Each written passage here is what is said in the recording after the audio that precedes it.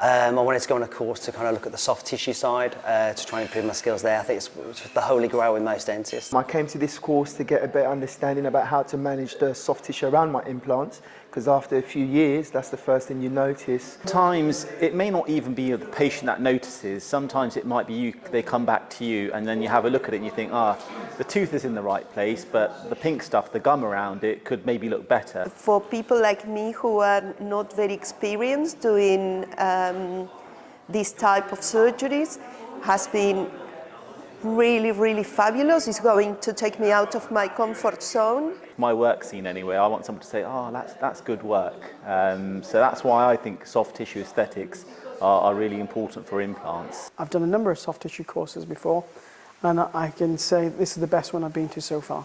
I can go back Monday morning with the confidence on how to deal with any sort of things that I see around my implants or new challenges that I may face.